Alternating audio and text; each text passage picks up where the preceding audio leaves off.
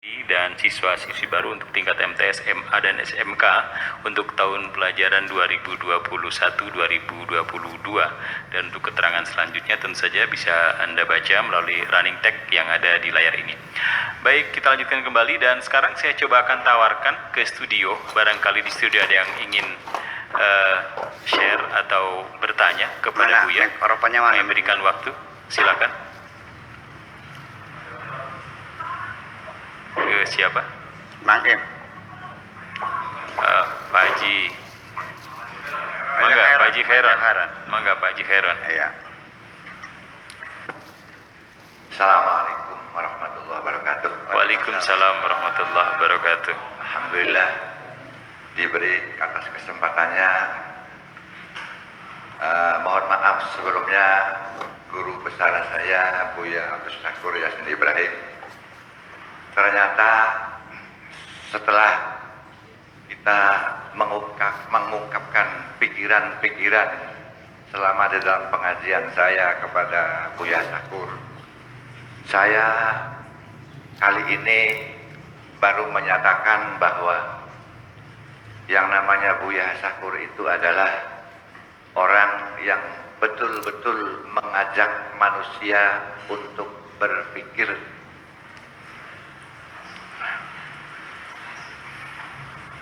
Kemarin saya kunjungan Wamimma Center ke daerah Pasundan. Lah di sana itu yang dibaca Wamimma Rozaqnahum Yunfiqun.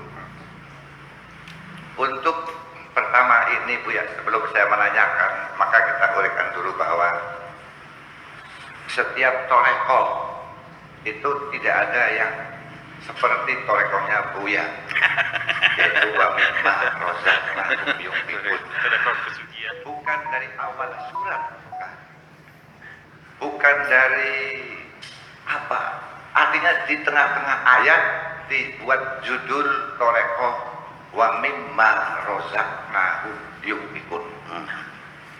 Saya pikir dari awal ini perlu pemikiran juga, perlu berpikir ada apa Buya ini membuat amalan sebuah torekoh. Oh, awalnya Wamimma Rozaqnahum Yunfiqun. Enggak dari awal ayat, dari tengah-tengah ayat. Kemudian akhirnya saya memberikan ngobrol-obrolan di teman-teman saya di Pasundan bahwa mengenalkan bahwa Buya Syakur adalah betul-betul orang yang fenomenal di dalam kehidupannya. Artinya apapun yang datang dari Buya adalah merupakan suatu perbuatan atau kajian atau ilmiah yang perlu digali berikutnya. Terus punten Buya, maksudnya begini, itulah keterusannya Pak. Kenapa seorang Buya Syakur tiap minggu dilaut terus? Ini perlu pertanyaan Buya.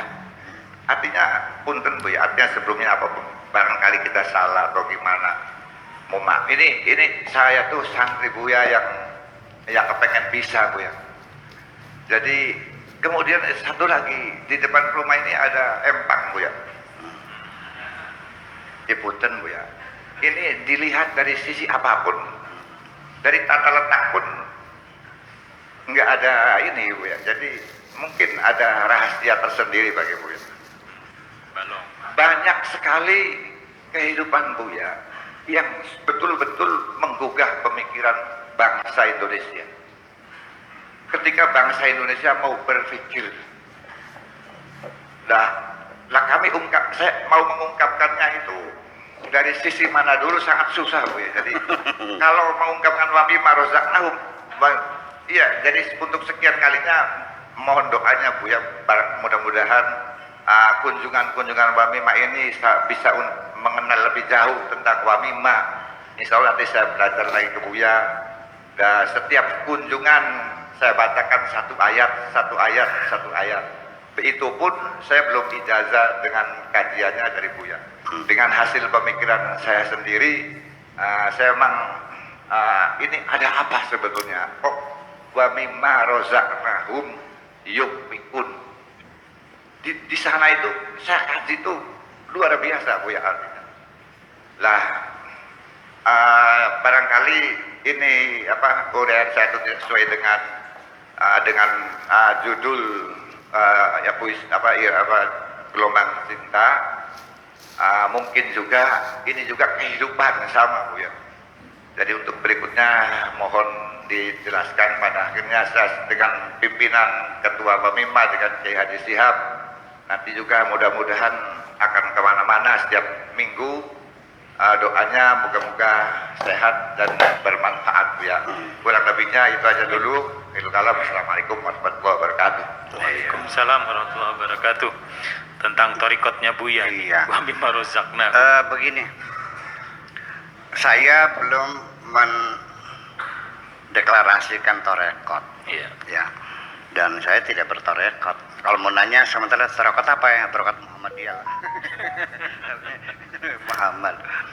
Karena bagi saya, sebelum saya membimbing orang, pertama orang terus melek dulu.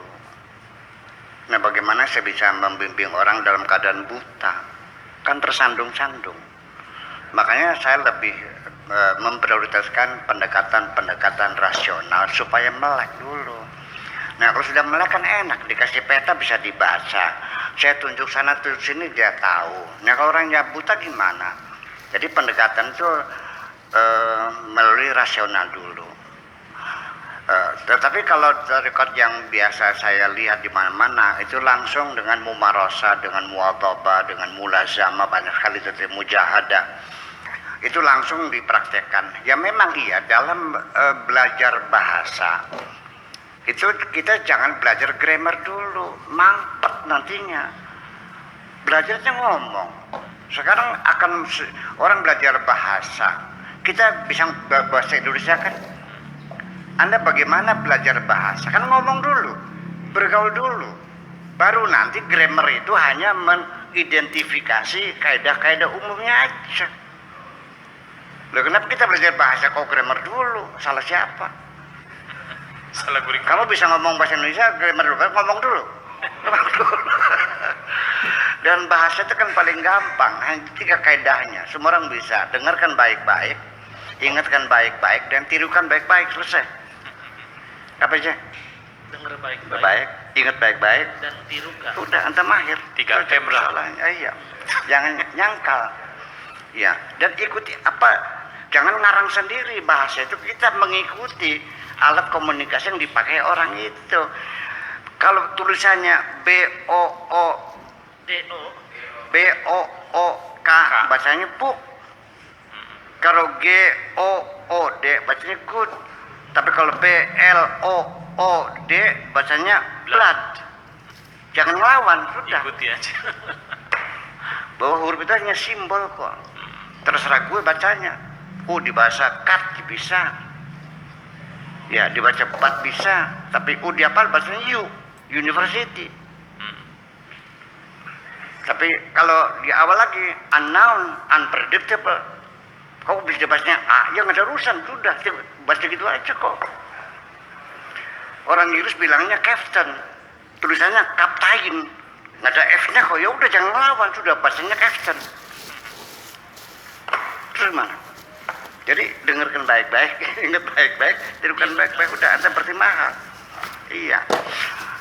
Nah, jadi artinya bahwa jangan memaksakan bahwa sehat dibaca C, champion. Yang nggak ada, adanya champion. Bukan chemical tapi chemical. Terus melawan gitu. Kerja persoalannya. Nah, itu bahasa. Lalu kemudian yang jadi persoalan. Jadi kalau thoriqah bahasa ya langsung bisa. Tapi dalam masalah yang ruhaniyat, masalah spiritual, ini saya penuh kehati-hatian, kan gitu. Makanya seringkali ketika kita ajak ke hutan dulu ya pada awal, saya ikut ke hutan 40 hari suruh puasa, saya juga puasa dulu mah. Sekarang ya sudah nggak mampu lagi saya mengikutinya, kan gitu. Karena bagaimanapun bahwa Anda belum punya detektor mana yang hak, mana yang batil. Mungkinkah setan datang mengaku Tuhan? dan banyak orang yang terjerumus. Kenapa? Karena dia menjelajah di wilayah yang rawan itu tanpa guru. Makanya dikatakan man ta'allama bi ghairi syaikhin fasyakhu syaitan. Siapa yang belajar ilmu rohani tanpa guru ya bisa jadi gurunya setan. Nabi Ibrahim aja didatangi setan ngaku Tuhan kok. Iya, ana rabbuka ahlaltu lakal muharramat. Aku Tuhanmu. Mulai hari ini semua yang haram menjadi halal buat kamu. Gila-gila enggak? Nabi Ibrahim mesti cerdas otaknya, nggak mungkin begini. Ini setan ambil batu dilemparin. Sampai sekarang kita napak tilas kalau naik haji ada jamarah, ada balang jumrah itu. Seperti itu misalnya.